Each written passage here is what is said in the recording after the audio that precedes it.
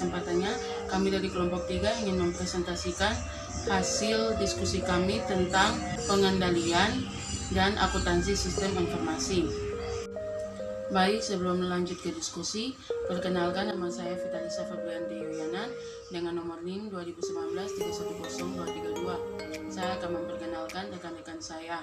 Yang pertama ada Cindy Febriana Yuliana Tonto dengan NIM 2019-310433. Selanjutnya ada Dea Trinanda dengan NIM 2019-310598. Ada Aina Muda Asmara dengan NIM 2019-310624, dan yang terakhir ada rekan saya Marhaban Ramdhani Watora dengan NIM 2019-310607. Baik, di sini saya akan menjelaskan tentang pengendalian internal. Pengendalian internal adalah suatu proses karena menembus aktivitas operasi organisasi dan merupakan bagian integral dari aktivitas manajemen. Pengendalian internal menjalankan 3 fungsi penting. Yang pertama, pengendalian preventif. Yang kedua, kontrol detektif. Yang ketiga, kontrol korektif. Yang pertama, pengendalian preventif atau memiliki fungsi untuk mencegah masalah sebelum mereka muncul. Contohnya seperti mempekerjakan personil yang berkualitas, memisahkan tugas karyawan, dan mengendalikan akses fisik ke aset dan informasi.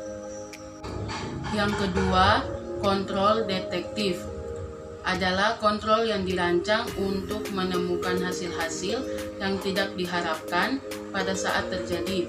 Kontrol detektif diperlukan untuk mengukur efektivitas kontrol preventif, dan ada pula kesalahan yang mengharuskan dideteksi saat terjadi.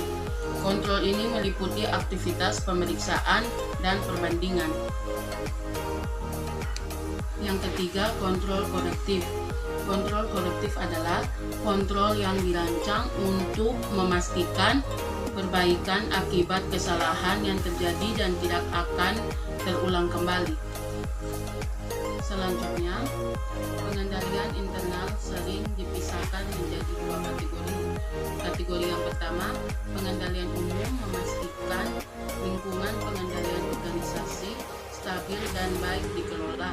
Yang kedua, pengendalian aplikasi, mencegah, mendeteksi, dan memperbaiki kesalahan transaksi dan penipuan dalam aplikasi. Terima kasih. Slide berikutnya akan dijelaskan oleh rekan saya. Baik, sebelumnya terima kasih atas kesempatannya. Di sini saya akan melanjutkan penjelasan dari rekan saya. Jadi ada 4 tugas kendali untuk membantu manajemen mendamaikan konflik antara kreativitas dan kontrol.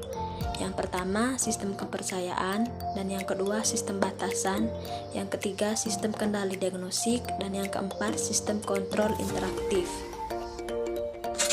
Kerangka kontrol. Jadi ada 3 kerangka kontrol, antara lain yang pertama itu kerangka kerja COVID, yang kedua kerangka pengendalian internal KOSO, yang ketiga kerangka pengelolaan resiko perusahaan SOSO. Terus selanjutnya kerangka kerja Control Objective for Information and Relation Technology atau yang sering disingkat COVID. Ada beberapa kerangka kerja COVID. Yang pertama, memenuhi kebutuhan pemangku kepentingan. Yang kedua, meliputi perusahaan dari ujung ke ujung. Yang ketiga, menerapkan kerangka tunggal yang terintegrasi. Yang keempat, mengaktifkan pendekatan yang holistik. Yang kelima, memisahkan tata kelola dari manajemen. Terima kasih atas kesempatannya. Baiklah, di sini saya akan menjelaskan tentang lingkungan internal. Lingkungan internal atau budaya perusahaan mempengaruhi bagaimana organisasi membangun etis dan tujuan, menyusun kegiatan bisnis, dan mengidentifikasi, menilai, dan menanggapi resiko. Lingkungan internal yang lemah dapat mengakibatkan kegagalan dalam manajemen pengendalian risiko. Lingkungan internal terdiri dari sebagai berikut. Yang pertama, filosofi manajemen, gaya operasi, dan selera risiko. Yang kedua adalah komitmen terhadap integritas, nilai-nilai etika, dan kompetensi. Yang ketiga adalah pengawasan pengendalian internal oleh direksi. Yang keempat adalah struktur organisasi. Kelima adalah metode pemberian wewenang dan tanggung jawab.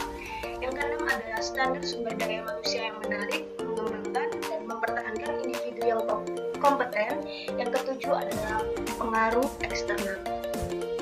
Pengaturan tujuan dan identifikasi acara. Pengaturan tujuan adalah komponen IRM kedua. Manajemen menentukan apa yang harus dilakukan oleh perusahaan yang ingin dicapai, sering disebut dengan visi atau misi perusahaan. Manajemen mendapatkan tujuan di tingkat perusahaan dan kemudian membaginya menjadi tujuan yang lebih spesifik untuk perusahaan.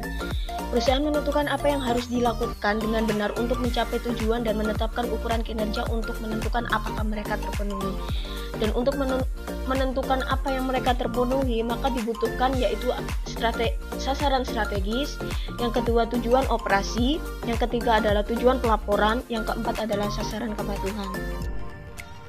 Baik, terima kasih atas kesempatannya. Di sini saya akan melanjutkan penjelasan dari rekan saya.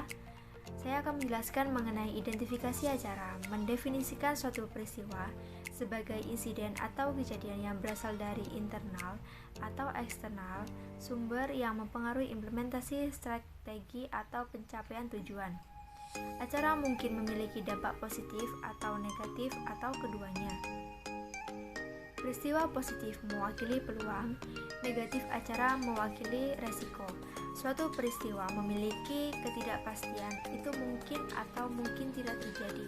Peristiwa dapat terjadi secara individu atau bersamaan. Beberapa teknik yang digunakan perusahaan untuk mengidentifikasi peristiwa termasuk menggunakan daftar lengkap peristiwa potensial, melakukan analisis internal, memantau peristiwa terkemuka dan titik pemicu, melakukan lokakarya dan wawancara, menggunakan data mining dan menganalisis proses bisnis. Selanjutnya adalah penilaian risiko dan respon risiko. Yang pertama, perkiraan likelihood dan dampaknya. Beberapa peristiwa memiliki risiko yang lebih besar karena lebih mungkin terjadi. Karyawan lebih banyak cenderung membuat kesalahan daripada melakukan penipuan, dan perusahaan lebih cenderung menjadi korbannya penipuan. Yang kedua adalah kenali kontrol. Manajemen harus mengidentifikasi kontrol yang melindungi perusahaan dari setiap peristiwa. Pencegahan kontrol biasanya lebih baik dari kontrol detektif. Ketika kontrol pencegahan gagal, detektif kontrol sangat penting untuk menemukan masalah. Kontrol korektif membantu memulihkan dari apapun masalah. Sistem pengendalian internal yang baik harus menerapkan ketiganya. Selanjutnya adalah perkiraan biaya dan manfaat. Tujuan dalam merancang sistem pengendalian internal adalah untuk memberikan jaminan yang memadai acara tidak terjadi. Tidak ada sistem pengendali internal yang memberikan perlindungan yang sangat mudah terhadap semua acara, karena memiliki terlalu banyak kontrol dan penghalang biaya dan berdampak negatif terhadap operasional efisien. Selanjutnya adalah menentukan biaya atau efektivitas manfaat. Manajemen harus menentukan apakah suatu pengendalian menguntungkan biaya. Jika suatu peristiwa mengancam keberadaan organisasi tersebut, oleh karena itu biaya tambahannya dapat dilihat dari premi asuransi kerugian yang sangat besar.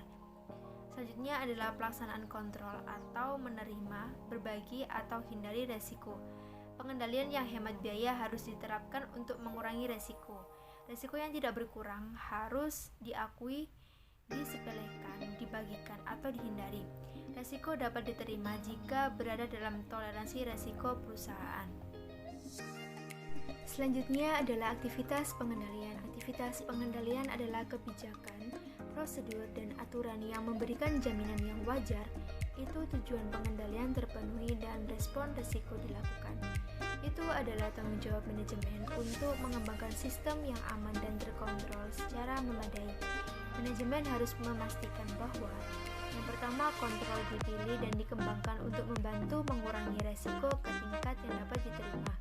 Yang kedua adalah pengendalian umum yang tepat dipilih dan dikembangkan melalui teknologi. Yang ketiga adalah kegiatan pengendalian dilaksanakan dan diikuti sebagaimana ditentukan dalam kebijakan perusahaan dan prosedur. Selanjutnya adalah prosedur pengendalian termasuk dalam kategori berikut. Yang pertama, otorisasi transaksi dan aktivitas yang tepat. Yang kedua, pemisahan tugas. Yang ketiga, pengembangan proyek dan pengendalian akuisisi. Yang keempat, ubah kendali manajemen. Yang kelima, desain dan penggunaan dokumentasi dan catatan. Yang keenam, menjaga aset, catatan dan data. Pemeriksaan independen atas kinerja. selanjutnya akan dilanjutkan oleh rekan saya. Terima kasih. Terima kasih atas kesempatannya. Saya akan melanjutkan pembahasan materi. Materi selanjutnya adalah komunikasikan informasi dan monitor proses kontrol.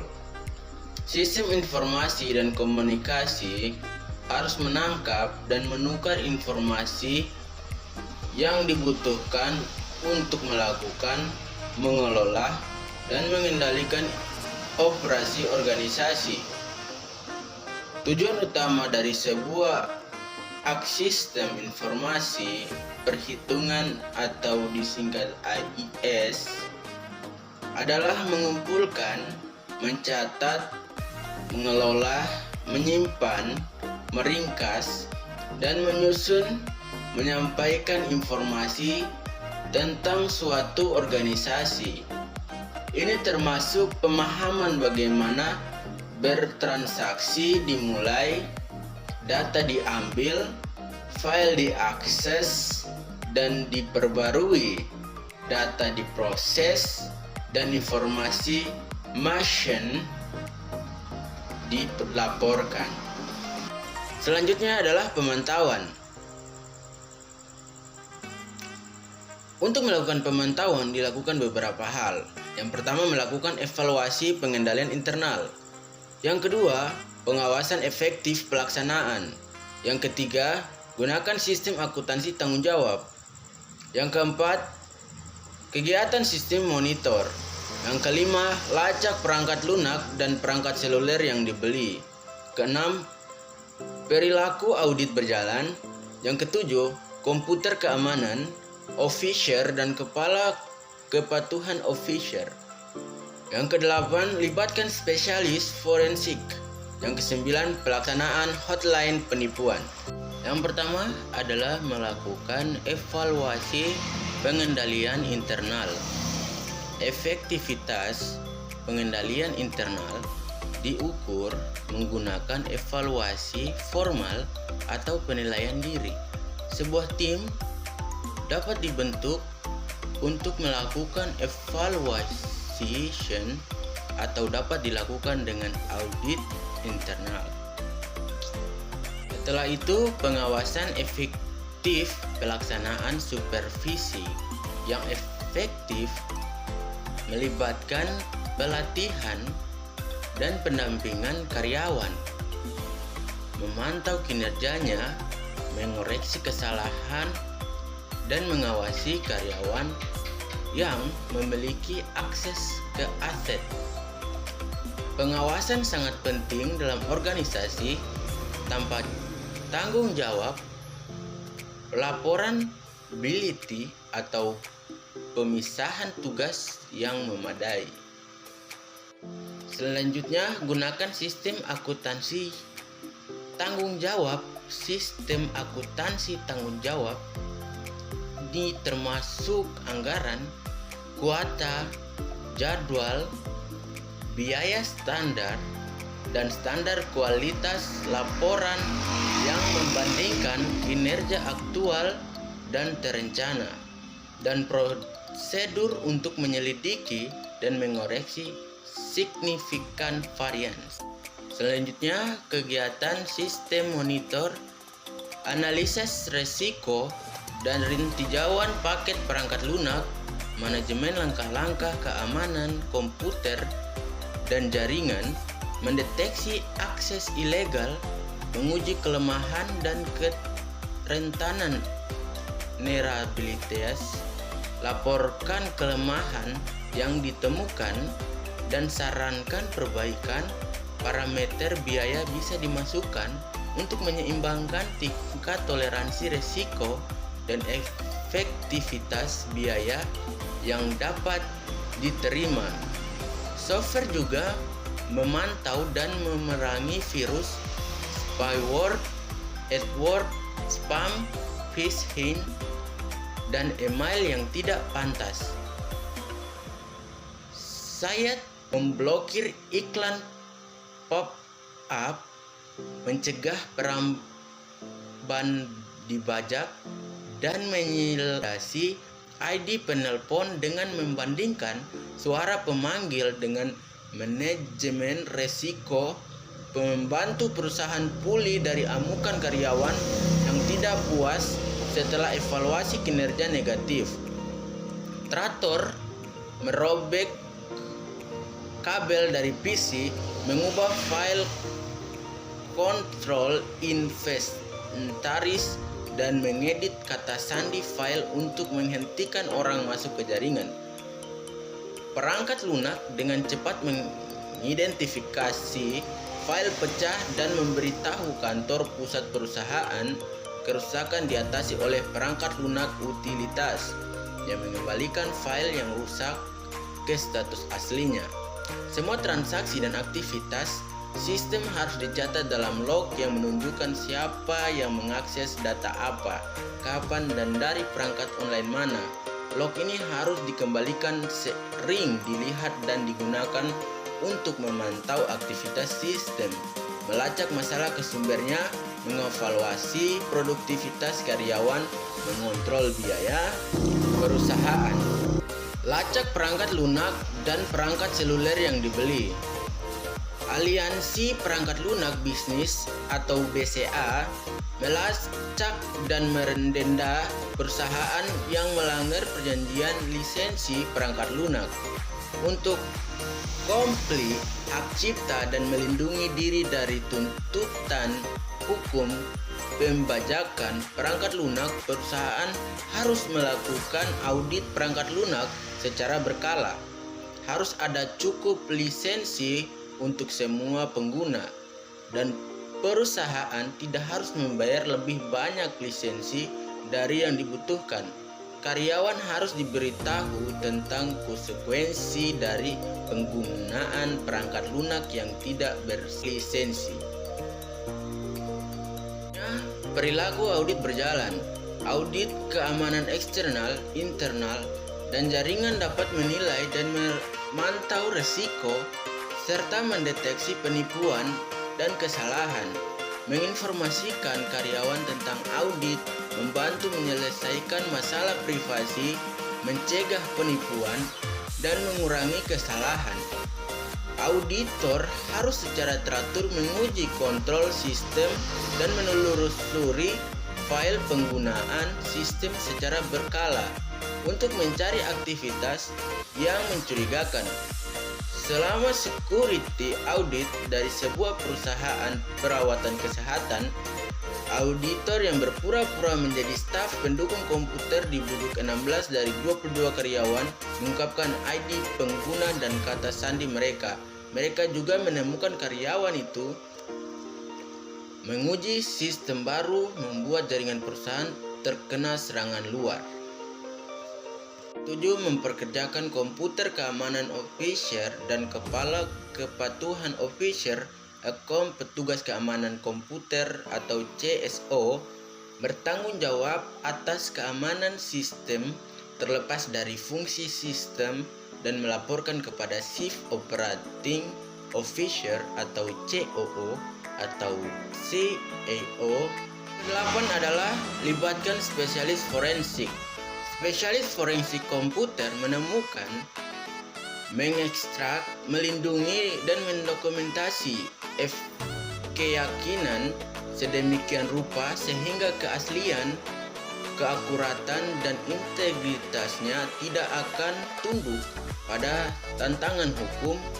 Forensik komputer dapat dibandingkan dengan melakukan otopsi pada sistem komputer, menentukan apakah kejahatan dilakukan serta siapa yang melakukannya, dan kemudian menyusun bukti yang dibutuhkan pengacara untuk membuktikan dakwaan di pengadilan. Beberapa hal yang lebih umum diselidiki adalah penggunaan internet yang tidak tepat, penipuan, sabotase, kehilangan, pencurian atau korupsi data, mengambil informasi yang terhapus dari email dan database, dan mencari tahu siapa yang tampil aktivitas komputer tertentu. Yang terakhir adalah pelaksanaan hotline penipuan. Orang yang menyaksikan perilaku curang seringkali timbul dua perasaan yang saling bertentangan. Meskipun mereka ingin melindungi aset perusahaan dan melaporkan penipuan pelaku, mereka tidak nyaman meniup peluit sehingga terlalu sering mereka tetap diam. Keengganan ini semakin kuat jika mereka mengetahui whistleblower yang telah dikuncikan atau mengalami kerusakan pada karir mereka. Sekian presentasi dari kelompok kami. Jika ada kesalahan kata, kami meminta maaf. Wassalamualaikum warahmatullahi wabarakatuh.